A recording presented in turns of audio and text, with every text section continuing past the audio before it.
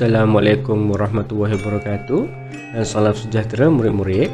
Kembali lagi dengan cikgu dalam mata pelajaran Pendidikan Jasmani dan Pendidikan Kesihatan tahun 2. Unit 1, cabaran ruang. Tajuk kita pada hari ini, bergerak ikut tempo. Sebelum kita meneruskan pembelajaran kita pada hari ini, mari kita lihat standard pembelajaran yang terlibat. 1.1.2, melakukan pelbagai pergerakan yang meningkatkan kelajuan semasa bergerak. Yang kedua, 2.1.2, membezakan pergerakan mengikut tempo. 2.1.3, mengenal pasti lakuan yang boleh meningkatkan kelajuan. Yang terakhir, 5.2.2, menerima cabaran dan seronok semasa melakukan aktiviti. Maksud bergerak ikut tempo.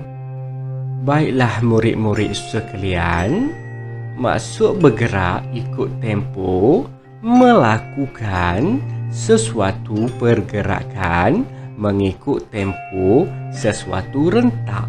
Tempo bermaksud kelajuan, sama ada perlahan, sederhana dan laju. Contoh pergerakan ikut tempo.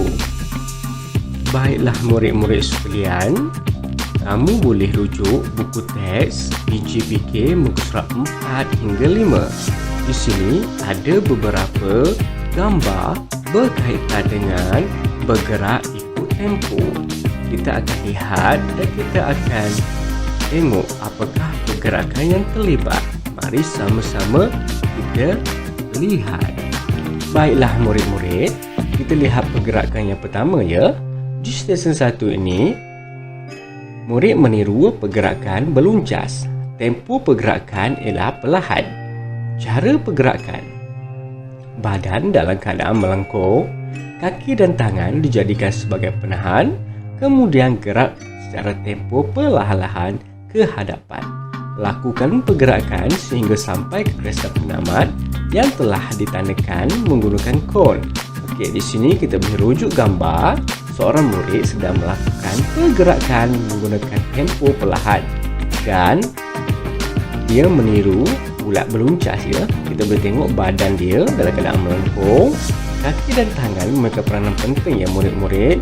Kita perlu kuat untuk menampung bebanan badan kita supaya kita dapat bergerak dengan selamat. Kemudian, kamu bergerak sehingga ke kawasan yang telah ditandakan oleh cikgu menggunakan kon. Seterusnya murid-murid, kita bergerak ke stesen kedua.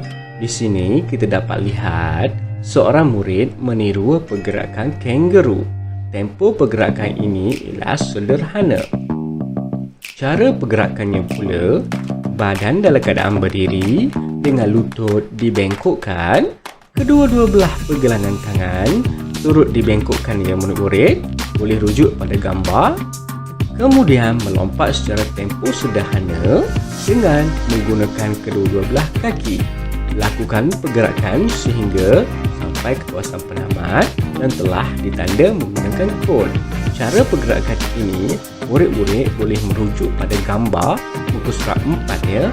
Terlihat di sini seorang murid melakukan pergerakan meniru gaya kangaroo. Manakala stesen 3 pula, kita boleh lihat di sini ya, seorang murid sedang meniru pergerakan kuda. Sebagaimana yang kita tahu, kuda ini bergerak atau berlari dalam keadaan laju. Jadi, tempo yang terlibat dalam pergerakan ini adalah laju. Cara pergerakannya pula, badan kita dalam keadaan berdiri dengan sebelah kaki, iaitu kaki dominan. Di sini kita lihat murid ini menggunakan kaki kanan. Dia mengangkat kaki kanannya, maka kaki kanannya ialah dominan. Dominan ini bermaksud kaki yang selalu kita gunakan. Contohnya, jika murid-murid selalu bermain bola sepak menggunakan kaki kiri, maka kaki dominan murid-murid ialah kaki kiri. Jika murid selalu gunakan kaki kanan, maka kaki kanan itu ialah kaki dominan. Dalam erti lain, kaki dominan ini ialah kaki yang selalu kita gunakan untuk melakukan sesuatu aktiviti. Baiklah, seterusnya, kaki kiri menahan.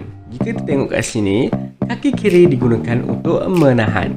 Tangan pula dibengkokkan seolah-olah memegang tali yang diikat pada kuda. Kemudian bergerak secara laju ya.